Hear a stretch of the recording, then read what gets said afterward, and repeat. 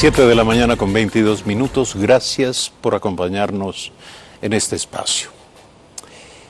La salida del país del exministro Ricardo Patiño se convierte en la 10ª de un personaje de alto nivel del gobierno anterior por problemas con la justicia. Veamos quiénes forman parte de esta lista. Ricardo Patiño, exministro de Relaciones Exteriores. Pedro Delgado, expresidente del Banco Central. Ramiro González, exministro y expresidente del Consejo Directivo del IES. Sofía Espín, exasambleísta. Walter Solís, exsecretario nacional del Agua. Pablo Romero, exdirector de la Secretaría Nacional de Inteligencia. Carlos Ochoa, exsuperintendente de Información y Comunicación. Fernando Alvarado, exsecretario nacional de Comunicación. Carlos Polit, excontralor general del Estado. Rafael Correa, expresidente de la República. Se encuentra con nosotros Ángel Horna Peñafiel, profesor de la Universidad Central del Ecuador, vicepresidente del Colegio de Abogados de Pichincha. Buen día, gracias por estar aquí. Le pido que nos ayude a analizar el caso del ex ministro, del ex canciller Ricardo Patiño. Quienes le defienden afirma que nadie debería ser perseguido por un discurso, por haber emitido declaraciones. ¿Cuál es su opinión desde el punto de vista legal? Gracias.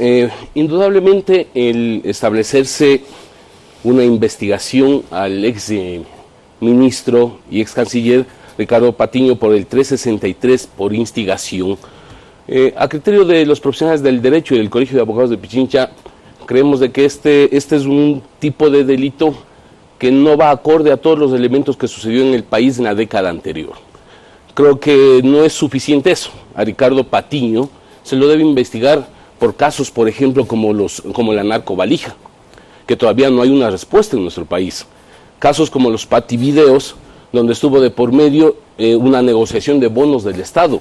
Porque indudablemente cuando se establece el tema de instigación, se quiere vincular una característica en la cual indudablemente muchos ciudadanos ecuatorianos en la década anterior estuvieron envueltos. No nos olvidemos que el Código Orgánico Integral Penal que hoy tenemos en nuestro país, se creó todo un capítulo donde está la instigación, donde está la sedición, donde está el terrorismo, con los mecanismos que el correísmo en su época persiguió a los luchadores sociales de este país.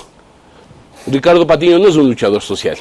Ricardo Patiño indudablemente es parte de todo el proceso de corrupción que vivió este país en la década anterior. Usted lo dice en calidad de vicepresidente del Colegio de Abogados de Pichincha. ¿De alguna manera esta entidad ha participado en algún proceso de investigación o sustanciación de los casos que usted afirma? Sí, indudablemente. Por eso le digo, nosotros somos el gremio que venimos denunciando una serie de casos en este país.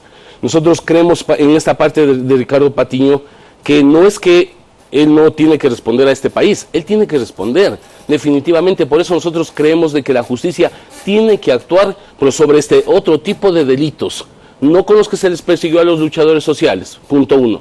2, el uso de la prisión preventiva, que hoy se estableció, que fue negado por una jueza de la Tacunga. Este es un recurso excepcional. La Corte Interamericana de Derechos Humanos ha dado ya su opinión respecto a que la prisión preventiva no debe ser utilizada en todos los casos. Se debería haber utilizado otras figuras, repito, para precisamente impedir que Ricardo Patiño abandone el país. Por otro lado, nosotros realmente sí rechazamos la actitud de la Fiscalía.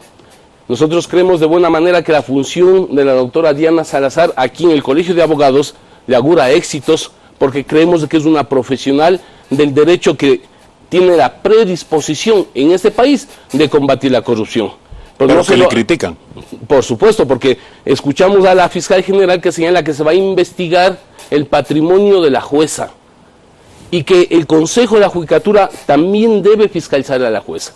Nosotros, no dándole la razón, como decimos, a Patiño, pero en derecho estrictamente creemos que se sigue utilizando los mecanismos del correísmo, utilizando el Consejo de la Judicatura, ente eminentemente administrativo, se convirtió en el correísmo bajo el señor Gustavo Yal en el medio de chantaje con la figura del error inexcusable a los jueces. El Consejo de Judicatura tiene que dedicarse para lo que existe, que es la administración. Pero aclaremos, ¿cuál es el alcance de la ley en esta materia?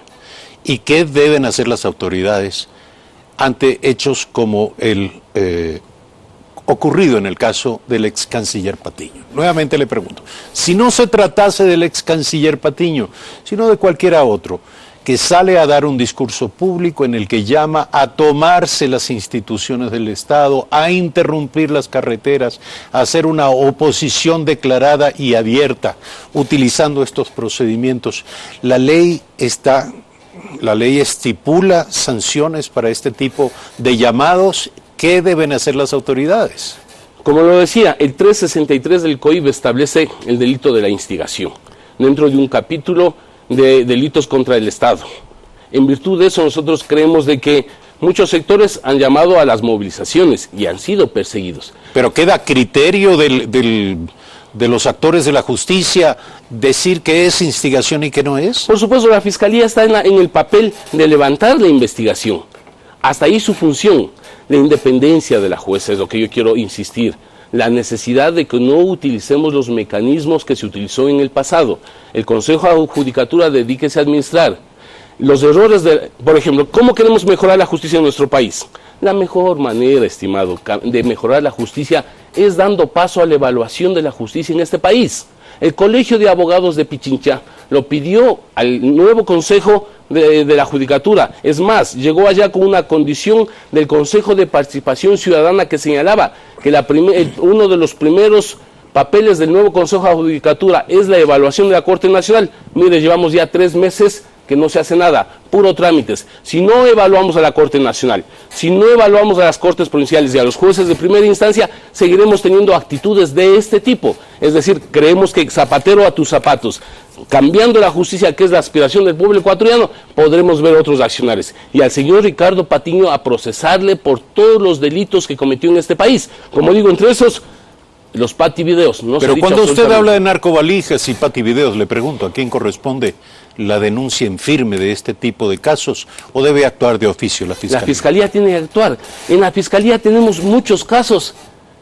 No le decimos a la doctora Salazar que debe resolver ya, recién está en el puesto, pero sí debemos recordarle la década de corrupción, Coca-Cola Sinclair, la refinería de Esmeraldas, lavado de activos, la refinería del Pacífico, 1.503 millones de dólares, Odebrecht, donde a Glass se lo sancionó por un delito menor y no por el que planteó el Colegio de Abogados de Pichincha, lavado de activos. La justicia actuó con descendencia a Glass, con un delito de 1 a 3 años, cuando a él le corresponde los delitos tipificados de 10 a 13 años por lavado de activos.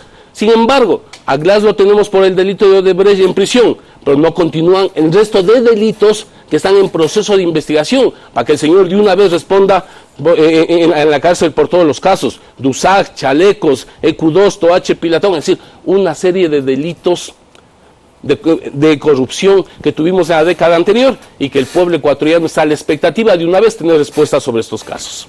Todo regresa, según nuestro invitado, al campo de iniciativa de la fiscal y hace algunos llamados de atención que seguirán siendo materia de polémica y de discusión respecto de la forma de enfrentar este tipo de irregularidades. Ángel Horna Peñafiel, profesor de la Universidad Central del Ecuador.